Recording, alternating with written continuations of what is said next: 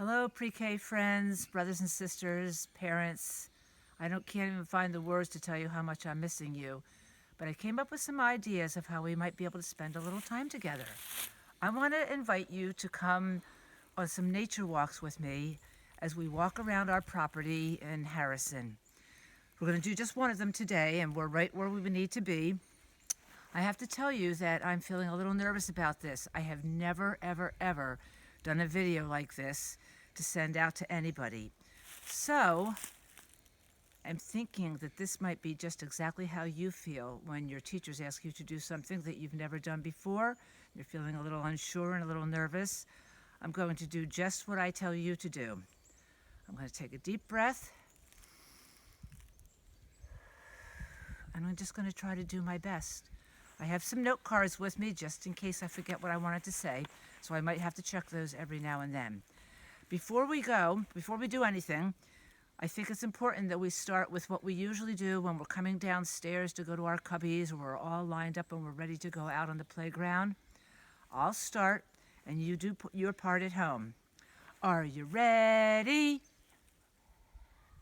All set? Hey ho, let's go! So here we are, we're out in the woods here, not too far from the house. We're going to talk about pileated woodpeckers, but I first want to show you a picture of them. Here they are. There's a male and there's a female. And you can see a little bit of a difference in the color of the feathers behind their beak. Red for the male and black for the female.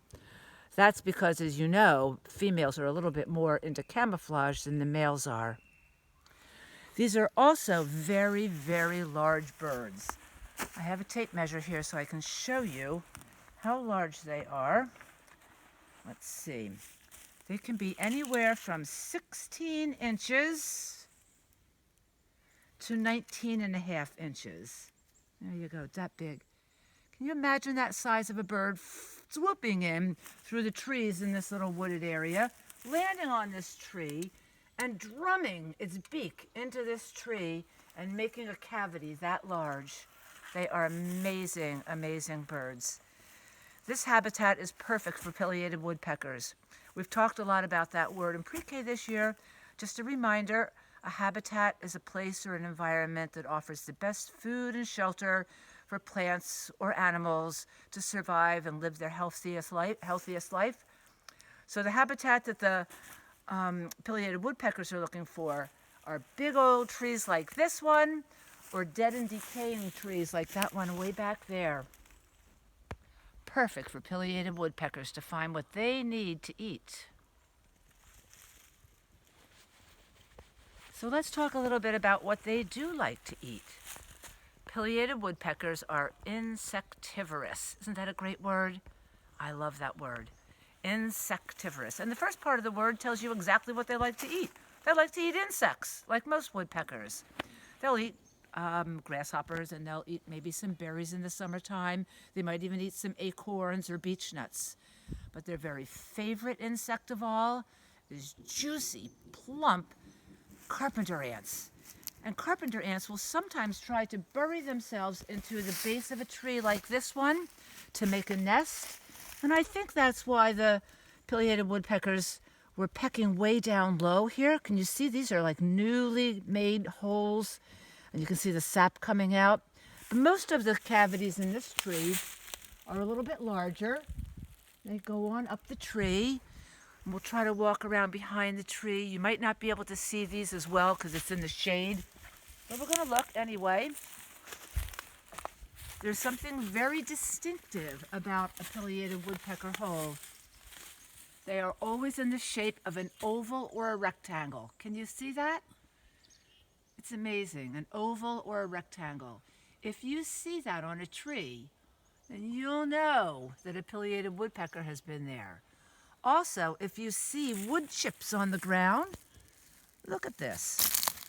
The size of some of these wood chips. These look kind of fresh too, that have come out of the hole. They spit them right out as they're pounding and drumming in that tree. Sometimes I use the word drumming to describe the sound that the pileated woodpecker makes on the tree. Littler woodpeckers make a peck, peck, peck. But this bird is so large, it is so huge, that some people have said that they could hear the drumming of a pileated woodpecker a half a mile away. Amazing.